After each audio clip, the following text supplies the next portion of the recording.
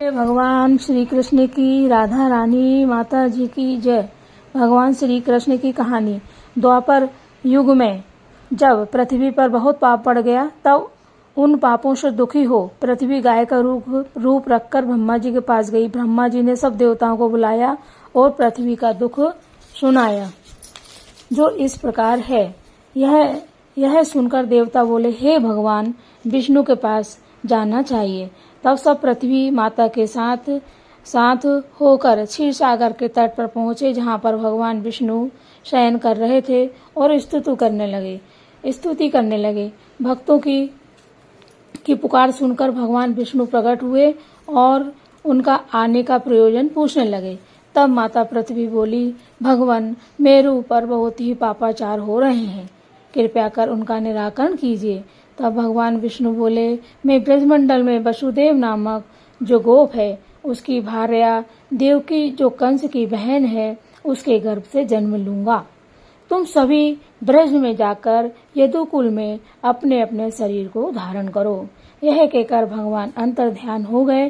कुछ समय बाद वसुदेव देव की विवाह कर कंस के साथ गोकुल जा रहे थे। तभी आकाशवाणी हुई कि हे कंस, जिसको तुम अपनी बहन समझकर विदा कर रहे हो, उसी के गर्भ से 8वां पुत्र तेरा काल होगा। कंस ने जब यह सुना तो वह देवकी को मारने लगा। तब वसुदेव जी ने कंस से कहा, औरतों को मारना ठीक नहीं है, यह अच्छा आचरण नहीं है। हम तुम्हें अपनी प्रत्येक संतान दे आया करेंगे। कंस उनकी बात मान गया और उनको अपने जेल खाने में डाल दिया। वसुदेव अपने सभी पुत्रों को देते गए। जैसे जैसे जन्म हुआ उनके पुत्रों का, वैसे वैसे वे कंस को देते गए, एक के बाद एक। जब भादो की बदी पक्ष की अष्टमी आई, तब भगवान विष्णु ने दर्शन दिए और कहा, तुम मुझे गोकुल नंद के घर पहुंचा दो। वहां यशोदा की लड़की हुई है, उसको लेकर आइए। यह सुनकर वसुदेव जी भगवान कृष्ण को लेकर गोकुल चलने के लिए तैयार हुए कि उनकी हथकड़ी और बेड़ियां खुल गईं। जेल के दरवाजे अपने आप खुल गए। वसुदेव जी कृष्ण को लेकर बाहर आए। तब क्या सुंदर रूप था। तब देखा कि पहरेदार अपने आप सोए हुए हैं। जब वो कृष्ण को लेकर यमुना किनारे आए तो यमुना बढ़ने लगी। क्यों बढ़ रही थी? वो किसी को डुबाने या कृष्ण जी को डुबाने के लिए नहीं बढ़ रही थी, वह भगवान श्री कृष्ण के चरणों को धुलाने के लिए, चरण प्रक्षालन करने के लिए बढ़ रही थी। यहाँ तक कि गले गले तक पहुंच गईं। भगवान ने अपना पैर निकाला और यमुना जी में लटका दिया।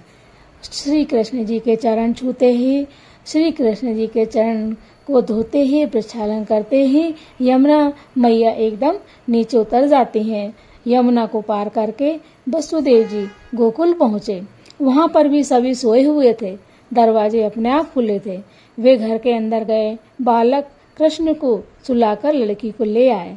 जब वे जेल में आए, तब जेल का फाटक बंद हो गया। वसुदेव देवकी जी के हाथ पैरों में हथकड़ी और बेड़ी पड़ गई। पहरेदार जाग गए और लड़की भी रोने लगी। लड़की का रोना सुनकर पहरेदार कंस के पास गए और बालक होने की खबर सुनाई। यह लड़की कोई और नहीं, साक्षात माँ दुर्गा थी। ये समाचार सुन के कंस आया और लड़की को उठाकर पत्थर पर जैसे ही पटकने लगा, पहले की भांति जिस प्रकार से देवकी के अन्य 7 बच्चों को उन्होंने दीवार पे पटक के मार दिया था, कि वह लड़की उसके हाथ से, जैसे ही वह कंस पटकने लगता है लड़की को पत्थर पे, वैसे ही कंस के हाथ से छूटकर लड़की आकाश में उड़ जाती है और देवी का रूप रखकर बोलती है, जय हो माता आदि शक्ति की जय हो। अरे कंस, तुझे मारने वाला तो ब्रज में कहीं पैदा हो चुका है। इन्हीं भगवान कृष्ण ने बड़े होकर पापी कंस आदि राक्षसों को मारकर पृथ्वी का भार दूर किया। बोलो कृष्ण भगवान की जय। जन्माष्टमी की जय। राधे राधे, राधा रानी की जय हो। सभी को राधे राधे, जय श्री कृष्ण। आप सभी को जन्माष्टमी की बहुत बहुत शुभकामनाएं।